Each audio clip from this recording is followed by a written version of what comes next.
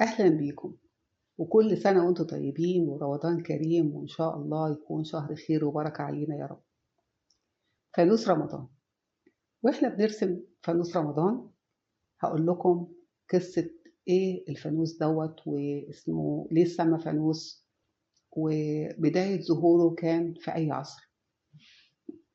فانوس رمضان مشهور جدا جدا في مصر، وبنلاقي إن مصر بتستعد لشهر رمضان من قبليها بشهر، واحنا في شعبان بنلاقي ان كل المدن وكل القرى والشوارع اتحولت ل زينة رمضان وشهر بيبقى فيه البهجة والسرور. الشارع كله، الأحياء كلها بتبقى مستعدة للشهر ده، والعادات دي اتنقلت لكل الدول العربية.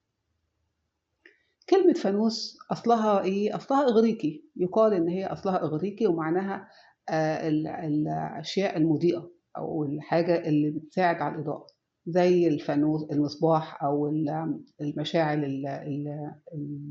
النار. فكلمة فانوس معناها كده. في أقاويل كتيرة على الفانوس ده بدايته منين ومين اللي اخترعه يعني. أشهر حاجة اللي يعني مشهورة جدًا وكل الناس بتؤكدها إنه اشتهر في العصر الفاطمي، وبدايته بيقول إن هو ليه ارتبط بشهر رمضان. الفانوس كان موجود في مصر في استخدامات كتيرة، لكن اشتهر أو ارتبط في شهر رمضان ليه؟ كان المُعز لدين الله الفاطمي جاي للقاهرة في فترة المغرب. خرجت الناس عشان تستقبله على أطراف الصحراء وقتها، اللي هي كانت أطراف محافظة الجيزة، عشان يستقبلوه، وكان في إيدهم المشاعل والفوانيس. بعد وصول المُعز لدين الله فضلت المصابيح مضاءة بقية شهر رمضان، لأنه كان تاريخ وصوله 15 رمضان. فضلت الفوانيس تزين الشوارع وتنير الشوارع لحد آخر شهر رمضان. من هنا بدأت العادة دي إن كل رمضان تزين الشوارع بالفوانيس للإضاءة. حولت من وظيفة لإضاءة الشوارع لحاجة ترفيهية مرتبطة بالشهر الكريم. دي القصة الأولى. القصة الثانية مرتبطة برضو بالعصر الفاطمي، لكن في عهد الحاكم بأمر الله. وكان معروف إن الحاكم بأمر الله ده كان ليه قوانين صارمة محدش يقدر يعني يتخطاها. زي مثلا إن هو مرة حرم الملوخية.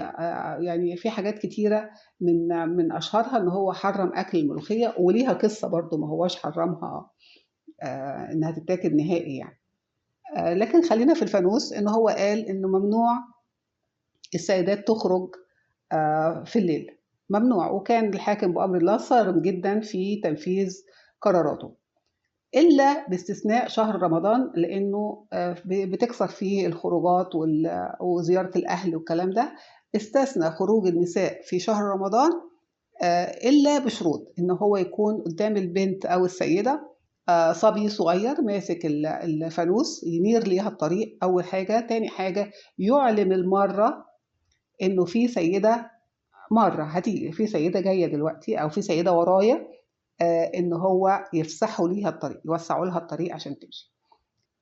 دي القصة التانية. القصة التالتة إن الفانوس ده ارتبط بالمسحراتي. المسحراتي بيبقى وقت السحور قريب من الفجر، بيكون بالليل والدنيا بتكون شديدة الظلام. بيبقى كل بيت حاطط فانوس على باب البيت عشان ينير الطريق للمسحراتي. الأطفال في الوقت ده كانوا بيحبوا يمشوا مع المسحراتي عشان ينده أسماء أصحابهم وينده أساميهم. كان وقت يعتبر وقت بهجة بالنسبة للأطفال، فكانوا بياخدوا الفوانيس دي علشان يمشوا مع المسحراتي ويعرفوا كمان يرجعوا البيت بتاعهم في النور. دي القصة الثالثة، إن الفانوس ارتبط بالمسحرات. القصة الأولى إنه استقبال المعز لدين الله، القصة الثانية لقانون النساء، القصة الثالثة لاصطحاب المسحرات. في أقاويل تانية إن الفانوس ده كان بيستخدم قبل كده في الفترة العصر القبطي المصري. قبل ظهور الإسلام، ومن الأصل وقبله كمان يقال إن الفانوس ده عادة فرعونية بدليل كلمة وحوي. وحوي أصلها كلمة أصلها فرعوني.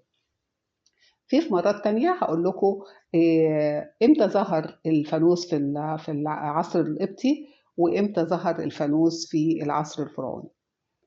شكرا، وأشوفكم في فيديو جديد إن شاء الله. أتمنى تكون الرسمة عجبتكم وتقدروا تطبقوها بسهولة، وكل سنة وانتم طيبين ورمضان كريم.